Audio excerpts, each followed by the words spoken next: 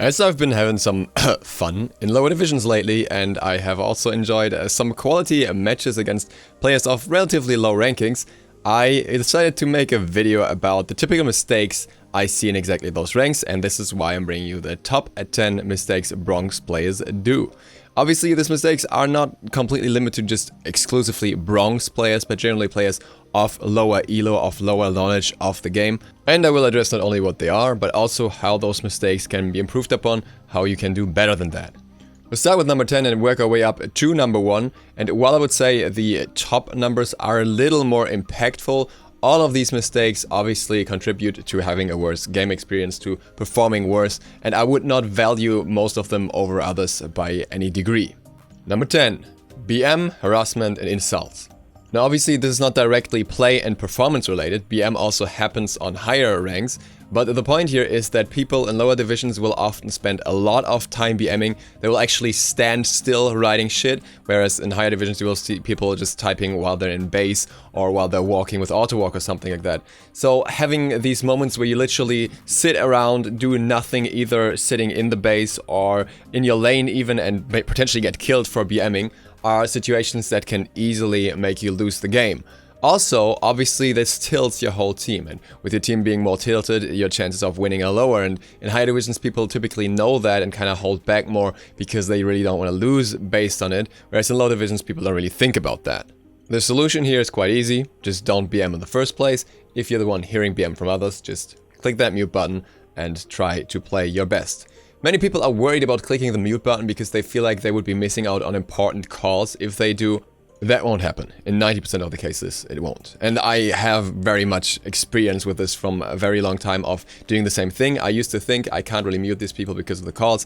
I experienced much better games when having them muted. You still remember that you have them muted, so you will just pay extra attention to their lane. And most of the time, those people won't even call anything like missing anyways, so it doesn't matter. This goes hand in hand with point number 9, and that is not knowing VGS. If you know VGS, you don't need to write as much in the first place, and obviously you can BM via VGS as well, but it is a lot harder and it's a lot less offensive in most scenarios. You rock cancel that is not going to hurt most people all that much. Not knowing VGS in general can definitely hurt your game a lot, because you will not be able to call missing, you will not be able to make important calls regarding gameplay decisions, and those calls are very crucial in order to win a game. You need to be on the same page as your whole team, and if you're not, then you will probably lose because you're separated in teamfights and so on. And if you are able to make proper calls in that moment, call when an enemy ultimate is incoming, call who to attack, which lane to gank or whatever, you will be a lot more successful. This can be improved not only by using the VGS in-game, but also by using VGS practice tool. You can literally just Google a VGS practice and you will find a few tools, or VGS practice Smite. And what you can also do is, if you realize that you have some commands that you always forget, you can just write them down and put a piece of paper in front of you, so you can use them in the match, and after a few times you will know them. Point number 8, little to no juking. Juking means avoiding the enemy attacks by sidestepping and so on. And in lower divisions you will often just not see that at all. People will just basically run away in a straight line, and often enough that will lead to their death because the enemy can predict pretty much exactly where they're gonna go. There are also bad patterns of juking. So for example, if you always juke to the left, the enemy will eventually notice that and maybe according to that will adjust their abilities and still hit you anyways. Likewise, there is the opposite, where people juke in moments where you would just have to run away as fast as possible. The worst case scenario here, which I don't know why so many people do it, but I see it over and over, is basically what you can call the horror movie escape. People will run away a little bit, and then they think they need to turn around to see an incoming ability or something, and they will just look at the enemy and walk backwards for a moment, allowing the enemy to close the distance between them and kill them. I see that so often, it just really does my head in, honestly.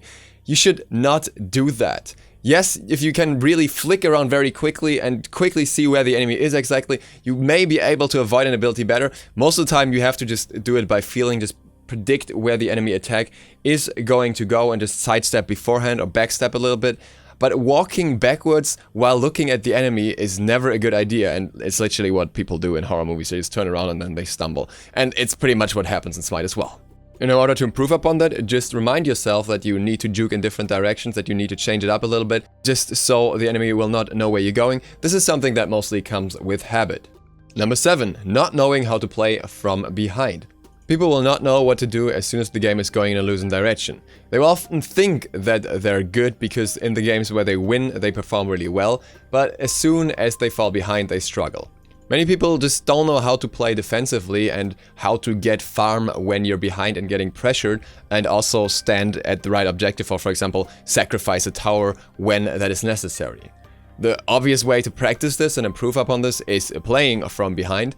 The other way is to play defensively in a scenario where you have a lead, and basically not emphasize on the aggression, but see if you can bait out the enemy with more defensive plays. You can still get kills that way, and it will teach you how to play defensive in general and also transition over to situations where you're behind. Number 6. Playing for kills, not objectives, and also chasing kills. People will very stupidly chase kills way too far when it's not actually rewarding to get that kill and you might easily die for it, while not focusing on playing around objectives. What you want to do in Smite is you want to get some kills and then go for Gold Fury, go for Fire Giant, go for the tower, whichever is in reach and makes most sense in that moment, and not just look for kills over and over. It's not Arena after all, and even in Arena there are better things to do. What translates from that is that many people also don't know how to close out a game. You will see them getting those kills and maybe even getting a few structures down, but they don't really know what to do with that lead and just look for more kills instead of looking for the objectives that will allow them to finish. An obvious way to improve there is to remind yourself that you shouldn't go too far for a kill, that it doesn't benefit you all that much, and that you should always have your eyes on the objective more than on the kills. If your team is not doing that and you feel like you have that idea already, it's very important to make the right calls for them so they focus on the objectives as well. If they still don't do it, you have a bit of an issue, and that's not necessarily something you can always do something against. Number 5. Only being able to play one role. Very obvious, very straightforward. If you can just play one role, you're not gonna do well, especially in ranked, because sometimes you have to play another role and you have to be able to perform on that role as well. And this is especially crucial if you can't play support, because support is the role that usually gets left open, and if you're last pick, you will often have to play support. So if you can't play support at all, you will have an issue in both ranked and casuals pretty much. In order to improve, play all roles frequently, don't just main one single god, and you will be fine. At least read up some guides, some basics for like 2 to 3 roles, so you are all set in case something happens and you have to play something else. Number 4. Lack of rotations. You will often see people just hanging around their lane, never really leaving, trying to push down the tower at all times, even if they are a character that can't really push towers, instead of looking for rotations, for objectives, for jungle camps and so on. The simplest way against this is to ask yourself what to do between waves. If you're just standing there when your wave's down, then you're wasting time. You should be going somewhere and doing something. If it's just putting pressure on the enemy, okay, that can sometimes be beneficial, but most of the time you want to go for an objective, you want to bait the enemy to the objective if you can and then fight them there, or you want to rotate out and get a kill maybe somewhere else. So anything that allows you to get out of lane and help your teammates or get more farm will be more beneficial than just sitting around. Number 3. Bad builds. Now this is a big one. There's so much, I can't really cover all of it, but there are some obvious pointers that we see quite often. An especially important one is, for some reason, lack of flat penetration. Somehow there are a lot of mage players that completely forgo flat penetration on mages until like 4th, 5th items, or going right into percentage penetration then. There may be the occasional outlier build where that somehow works. 99% of the time it doesn't. Even for hunters, there are builds now that can get away without penetration because they have so much power through shift to shield and things alike, and sometimes you will see the pen a little later than you would expect it, but generally speaking you want pen in your build at some point if you want to get your damage off, and that's so often completely ignored and it really doesn't have a good explanation, it doesn't have a good reason. Likewise, many people don't counter build at all. You will so often find games without any anti-heal at all against a comp that has healers or self-healers, which is really weird, as you will see that if you look at those anti-heal items, they're pretty decent items now stat-wise, and it would not set your build back building that like it used to at some point. Part of what contributes to this are bad sources, especially if Smite Fire just has completely outdated builds or builds that are just not good and still get a lot of upvotes there. So really, it's not necessarily always the player's fault. Likewise, there are a lot of players who say, I'm not gonna copy pro builds, which I see is an understandable decision. He's saying, I just want to do my own thing, I want to do something that fits my playstyle, and pro builds don't really work for that. But it only really makes sense the moment that you have a basic understanding of builds, of what's good and what's bad. Sometimes it may just be better to copy that pro player build than going for something completely random that really doesn't work at all. I'm all for theory crafting and trying out new fun things, and I did that pretty much since I started playing Smite, but it only makes sense as long as you have an understanding of the numbers, of how certain items function, of the interaction, of what a core build needs. As long as none of that is there and you haven't really concerned yourself with the items, you just randomly buy them because it worked out one time, it's probably not the best idea. So either use reliable sources for your builds and just check up there, or really concern yourself with the numbers and look deeper into them in order to get a good build going. Point number 2, bad map awareness and not listening. It's one thing if your allies don't use VGS, but if they use VGS and you still don't listen, you done fucked up. If you hear a enemy missing, careful right lane, and you're just pushing up right lane because you see that one enemy and you might kill him or you might get that tower, you're probably gonna die and there's probably no benefit in it.